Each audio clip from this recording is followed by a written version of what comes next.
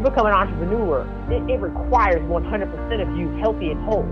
So right now, everybody's focused on money, but nobody's focused on their mind. There's a quote that Napoleon Hill said, it's one of my favorite quotes, and when I read this, it made me really look at myself. He said, if I had the courage to look at myself and see myself as I truly am, then I will find out what is wrong with me and fix it, as opposed to feeling alibis to cover my misfortunes. He said, if I had the courage to look in the mirror, to see myself as I truly am, not who I pretend to be, not who my resume says that I am, not who my wall of awards says that I am, not how many degrees that I have, not who my professional self say that I am.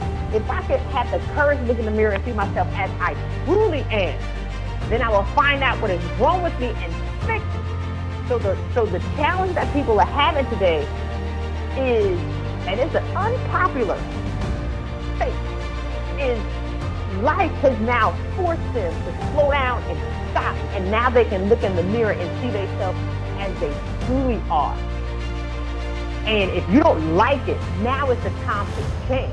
But it's so easy to get distracted and start blaming everybody for where you are right now. No, that's on you. It's easy to say, well, if my boss would have did this, or the government would have did this. It's easy to blame people for where you are right now, but the hardest thing that you can do is say, I'm where I am right now because of the decisions that I made in my life. And so until I was willing to take responsibility, I didn't have to be in my brother's house for 3.5 years. I was like the children of Israel, walking around forever. I was not a willing participant in my rescue because I was not trying to own anything. I was not trying to own my brokenness. But when I finally stopped and collapsed, I think I slept for like a year. So 3 things that will assist people with this. 1, have the courage to look in the mirror and see yourself as you truly are.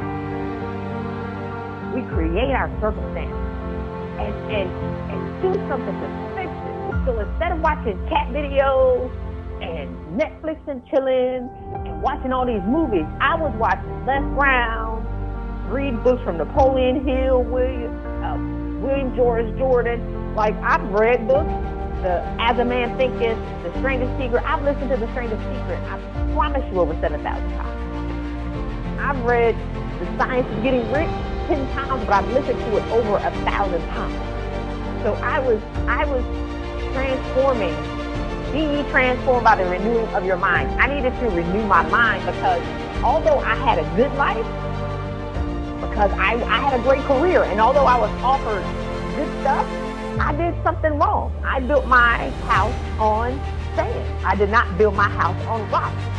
I pretty much hit the reset button and said, okay, well, if everything is now destroyed. Your house has crumbled down and you're in your brother's house. How do I now build my house with rock? And I have to be smarter. So for 3.5 years, I became a follower again because I was a great leader, but I also needed to learn some new stuff so I can now build my house on rock so it never falls down again. So I studied and I read and so that's where the 6 books come from, because they're really the output of all the things that I studied in that moment.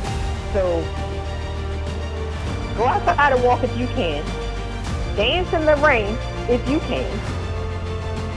Study successful people, but at the end of the day, get your mind right. And Rose says, free your mind and the rest will follow. Don't focus on the money. Focus on your mind and the money will follow.